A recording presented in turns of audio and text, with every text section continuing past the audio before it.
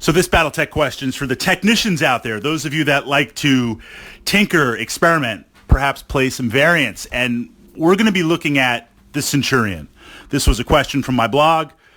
I put out my opinion. We're going to turn it over to your guys' opinion involving a Centurion. You've got your Centurion mech, the stock. And one of the great things about Battletech is you can play it as a war game. And I have to say, most of my games are straight up, head-to-head war games. But you can also pull in that role-playing aspect. You can RPG it out, then you can switch over to the tabletop. So this question comes from the perspective of a single mech warrior, a character in the RPG setting, Centurion mech warrior, and you've got some salvage. You've got some C-bills. You've got some stuff. Fortune has smiled on you, and now you have the chance to take your Centurion in two possible directions. And I'm forgetting the exact variant numbers, so I'm going to go with the weapons loadout. Your first choice is to drop all the weapons, pick up a hatchet, pick up an autocannon 20. Right away, Fritz's ears perk up there, AC-20 big gun on a medium mech, and 2 medium lasers on there. The second variant drops everything and replaces it with a long-range missile 10-pack, or was it 15? Let's say 15, and a PPC. Fritz also likes PPCs on there. It's not 20 points, but it's 10 points. So the question is, that's the build, that's the C-bills, that's the salvage. Which direction would you go? Now, putting my player personality aside, I would go, if I was going to upgrade or change the configuration, I would go with the long-range PPC and missiles on here. For the simple reason, you can deal a lot of damage with that axe and with that autocannon 20 on a medium mech for the battle value, for the points, for the C-bills. You can deal a lot more damage, and you can take on a much heavier weight class. I believe you could go against a heavy mech with that configuration. You'd have to be decisive. You'd have to be very, very quick in doing it because you don't have the staying power, but you have a lot of alpha. You have a lot of alpha damage there. And against a medium mech, you're going to scrap them. You're going to blast them with the AC-20. If you hit, that's major. And then you're going to go into close combat and start smashing away with the axe, and you get the medium lasers. It's a lot.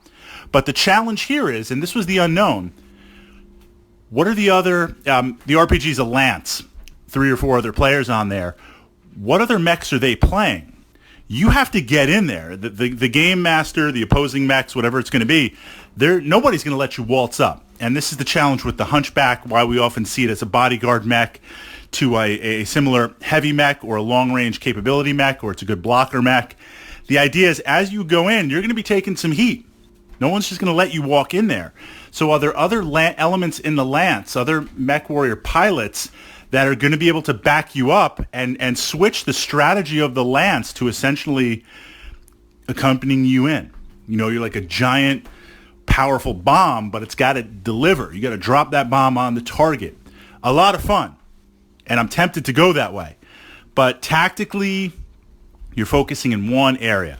Now, on the opposite side in Battletech, it's easier to stay far away and to be running away than it is to close. Even if we're playing on hex maps, it's always easier to run and gun than it is to force a close in the game. So when you have a combination, essentially you're playing a Griffin, right? When you have a combination of a PPC and LRMs, that gives you at maximum range striking power on there. Sustainable striking power, 2 range bands that are the same on there, putting out a good volume of fire. If your opponent closes, or if they close quickly and you're running away, you could drop down to medium range. You don't want to drop to short ranges because you're dealing with minimums. So now you've got nothing else to back you up there on the minimums. You can't really afford to close, although you could and punch if things got that bad on there. It's a more conservative way to play. It's a more tactically flexible way to play.